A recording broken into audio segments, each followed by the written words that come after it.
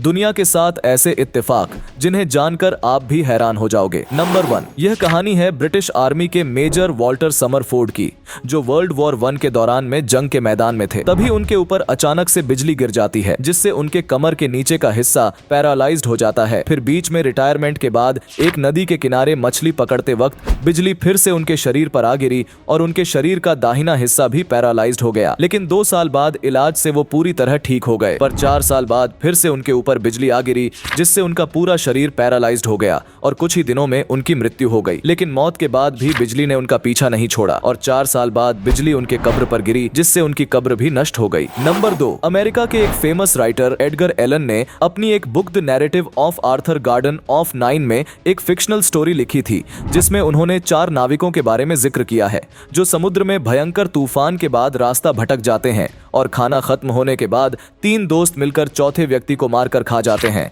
जिसका नाम Richard Parker था। लेकिन आपको जानकर हैरानी होगी कि 46 साल बाद 4 नाविक समुद्री सफर के दौरान रास्ता भटक गए और भूख की वजह से उन्होंने अपने ही एक आदमी को मारकर खा लिया। इसमें सबसे बड़ी हैरानी की बात यह थी कि उस व्यक्ति का नाम भी रिचर्ड पार्कर था। नंबर 3, नेपोलियन और एडोल्फ हिटलर दोनों ही अपने समय में सबसे क्रूर शासक थे, जिनके शासनकाल में करोड़ों लोगों ने अपनी जान गंवाई थी। लेकिन इन दोनों के बीच कई समान समय के संयोग हैं, जैसे दोनों का ही जन्म जहां पर उन्होंने शासन किया वहां पर नहीं बल्कि किसी और देश में हुआ था। साथ ही जब नेपोलियन के हाथ सत्ता आई, उसके ठीक 129 साल बाद हिटलर के हाथ में सत्ता आई। जब नेपोलियन ने सोवियत के खिलाफ युद्ध की शुरुआत की, उसके ठीक 129 साल बाद हिटलर ने भी सोवियत के खिलाफ युद्ध की शुरुआत की थी। और तो और जब नेपोलियन सोवियत के खिलाफ युद्ध हार गया, उसके ठीक 129 साल बाद हिटलर भी सोवियत के खिलाफ युद्ध हार गया था। नंबर 4, ओहायो में रहने वाली सिर्फ 15 साल की एक लड़की ने 2 जुड़वा बच्चों को जन्म दिया, लेकिन कम उम्र होने के कारण वो इन बच्चों की परवरिश नहीं कर सकती थी।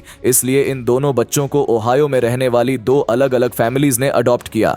लेकिन अलग अलग रहने के बाद भी इन दोनों भाइयों में ऐसे संयोग बने जिसे आज तक बड़े बड़े ह्यूमन बिहेवियर के स्पेशलिस्ट और साइकोलॉजिस्ट भी नहीं समझ सके। जैसे इन दोनों बच्चों को जिन फैमिलीज ने अडॉप्ट किया था, उन्होंने दोनों बच्चों का नाम जेम्स रखा था। जब वो स्कूल जाने लगे तो दोनों बच्चों का फेवरेट सब्जेक्ट मैथ था और जब वो बड़े हुए तो दोनों की ही शादी लिंडा नाम की औरत से हुई। शादी के कुछ समय बाद ही दोनों का ही अपनी अपनी पत्नियों से डिवोर्स हो गया। 39 साल बाद जब ये दोनों भाई मिले और उन्होंने अपनी लाइफ में हुए इन समान संयोग को एक दूसरे से साझा किया तो दोनों हैरान हो गए। ये दोनों भाई लगभग एक जैसी नौकरी करते थे, साथ ही दोनों एक ही ब्रांड की शराब और सिगरेट पीते थे। क्या इतनी सारी समानताएं मात्र एक संयोग था या कुछ और जिसे समझ पाना नामुमकिन है? नंबर 5, 21 मई साल 2001 में एक पीसी गेम लॉन्च किया गया था, जिसका नाम ड्यूस एक्स था।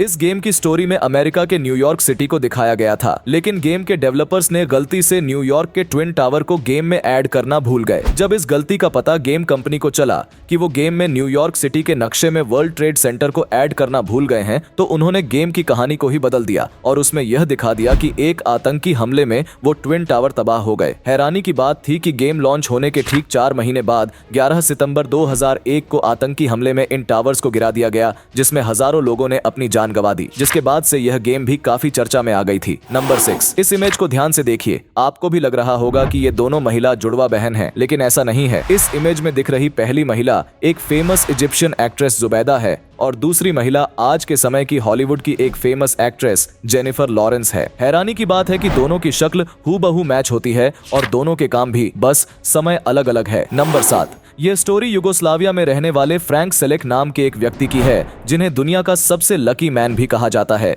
क्योंकि इनकी जिंदगी में कई ऐसी घटनाएं हुई हैं जिस पर यकीन करना काफी मुश्किल है। जैसे साल 1964 में एक ट्रेन से कहीं जा रहे थे, लेकिन ट्रेन दुर्घटनाग्रस्त होकर नदी में गिर जाती है, जिसमें 17 लोगों की जान चली जाती है, लेकिन चालक इस दुर्घटना में बच जाते हैं। उनका एक हाथ टूटने के बाद भी वो नदी से तैरकर बाहर निकल जाते हैं। इसके 1 साल बाद 1961 में सेल्फ प्लेन से ट्रैवल कर रहे थे और वो प्लेन भी दुर्घटनाग्रस्त हो जाता है, लेकिन सेलर की जब आंख खुली तो वो हॉस्पिटल में थे। फिर साल 1961 में वो बस में सफर कर रहे थे और उस बस का भी एक्सीडेंट हो जाता है, जिसमें 4 लोगों की मौत हो जाती है, लेकिन सेलर फिर से बच जाते हैं। इसके बाद में वो अपनी कार लेकर कहीं जा रहे थे, जिसमें अचानक आग लग जाती है और उनकी कार ब्लास्ट हो जाती है। लेकिन ब्लास्ट से ठीक पहले वो अपनी कार से निकल जाते हैं और इस हादसे में भी वो बच जाते हैं। और इतना ही नहीं, साल 2003 में उन्होंने पहली बार लॉटरी की टिकट खरीदी और पहली ही बार में वो 1 मिलियन रुपए जीत जाते हैं। इसीलिए उन्हें दुनिया का सबसे लकी मैन कहा जाता है। हालांकि कुछ लोग उन्हें अनलकी भी कहते हैं क्योंकि उनके साथ कई हादसे हुए थे। वैसे आप उन्हें क्या कहना पसंद करेंगे, हमें कमेंट बॉक्स में कमेंट करके जरूर बताएं।